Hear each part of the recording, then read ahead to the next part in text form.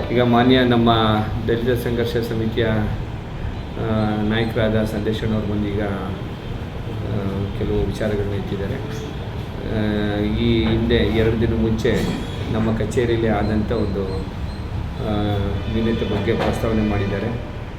ಪ್ರಕಾಶ್ ಅನ್ನೋಂಥ ವ್ಯವಸ್ಥಾಪಕರು ಅಂದರೆ ಅವ್ರದ್ದು ಬಗ್ಗೆ ವಿಡಿಯೋಗಳು ಜಾಲತಾಣದ ಹರಿದಾಡಿದ ಸಂದರ್ಭದಲ್ಲಿ ಅವರು ಮಾಡಿದ್ದೇನಂಥ ಕೆಲಸನ ಅದು ಸರಿಪಡಿಸ್ಬೇಕು ಅಂತ ಎಲ್ಲರ ಒಕ್ಕಲಿನ ಒಂದು ಅಭಿಪ್ರಾಯ ಆಗಿರ್ತದೆ. ಹಾಗಾಗಿ ಅವರು ಕೂಡ ಒಂದು ಮನವಿ ಅಂದರೆ ಇದನ್ನು ಸರಿಪಡಿಸ್ಬೇಕು ಅಂತ ಒಂದು ಪತ್ರ ಕೊಟ್ಟಿದ್ದಾರೆ.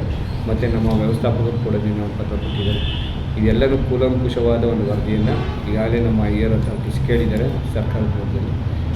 ಏನು ನಡೀತು ಅನ್ನೋದು ಮಾನ್ಯ ನಮ್ಮ ಸಂದೇಶಣ್ಣವ್ರಿಗಾಗಲಿ ಮತ್ತು ಬೇರೆ ಯಾರ ಕೆಲಸವ್ರಿಗೆ ಅತಿ ಶೀಘ್ರದಲ್ಲೇ ಉತ್ತರವನ್ನು ಸರ್ಕಾರಕ್ಕೆ ನೀಡುವ ಮುಖಾಂತರ ಸಲ್ಲಿಸ್ತೀವಿ. ಮೇಲ್ನೋಟಕ್ಕೆ ಯಾರು ತಪ್ಪಿದೆ ಅಂತ ನಿಮ್ಮ ಗಮನಕ್ಕಿದೆ ಸರ್? ಅದು ಮೇಲ್ನೋಟಕ್ಕೆ ನಮ್ಮ ಕಚೇರಿಯಲ್ಲಿ ಒಬ್ಬರದ್ದು ತಪ್ಪು ಅಂತ ಕಂಡು ಬರ್ತದೆ.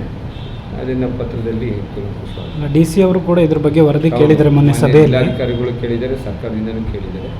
ಅತಿ ಶೀಘ್ರದಲ್ಲಿ ಅಲ್ಲ ಸರ್, ಈಗ ಇಲ್ಲಿ ರೆಕಾರ್ಡ್ ಆಗಿದ್ದು ಆಚೆ ಹೆಂಗೋಯ್ತು, ಅದನ್ನು ಯಾರು ಲೀಕ್ ಮಾಡಿದ್ದು ಅದ್ರ ಬಗ್ಗೆ? ನಮ್ಮಲ್ಲಿ ಒಬ್ಬ ಕಾಂಟ್ರಾಕ್ಟರ್ ಇನ್ನೂ ಅವ್ನ ಫೈನಲ್ ಇದಾಗಿಲ್ಲ. ಅವನ ಪಾಸ್ವರ್ಡ್ ಕೂಡ ಯಾರಿಗೂ ಕೊಟ್ಟಿಲ್ಲ. ಈಗ ನಿನ್ನೆ ನಾವು ಕರೆಸಿ ಅವನಿಗೆ ಎಚ್ಚರಿಕೆಯನ್ನು ಕೊಟ್ಟಿದ್ದೀವಿ. ಆಮೇಲೆ ನಿನ್ನೆನೇ ಕೂಡ ಅದು ಫುಲ್ಲು ಪಾಸ್ವರ್ಡ್ಗಳನ್ನೆಲ್ಲ ಡಿಲೀಟು ಮಾಡಾಗಿದೆ. ಈಗ ತಕ್ಷಣದಲ್ಲಿ ಯಾರಿಗೂ ಕೂಡ ಪಾಸ್ವರ್ಡ್ ಇಲ್ಲ. ಹಾಗಾಗಿ ಅವನಿಗೆ ಏನಾದರೂ ಅವ್ನು ತಪ್ಪಿತಸ್ಥ ಅಂತ ಕಂಡು ಬಂದರೆ ಅವನ ಮೇಲೆ ಕ್ರಮ ಮಾಡ್ತೀವಿ. ಎಷ್ಟು ದಿನದಲ್ಲಿ ವರದಿ ಸಲ್ಲಿಕೆ ಆಗ್ಬೋದು ಸರ್? ಪ್ರಕಾಶ್ ಅವ್ರಿಗೆ ಇವತ್ತು ಕೊಡ್ತೀನಿ ಅಂತ ಹೇಳಿದ್ದಾರೆ. ಅವ್ರು ಕೊಟ್ಟಿದ ತಕ್ಷಣ ನಮ್ಮ ಅಭಿಪ್ರಾಯನ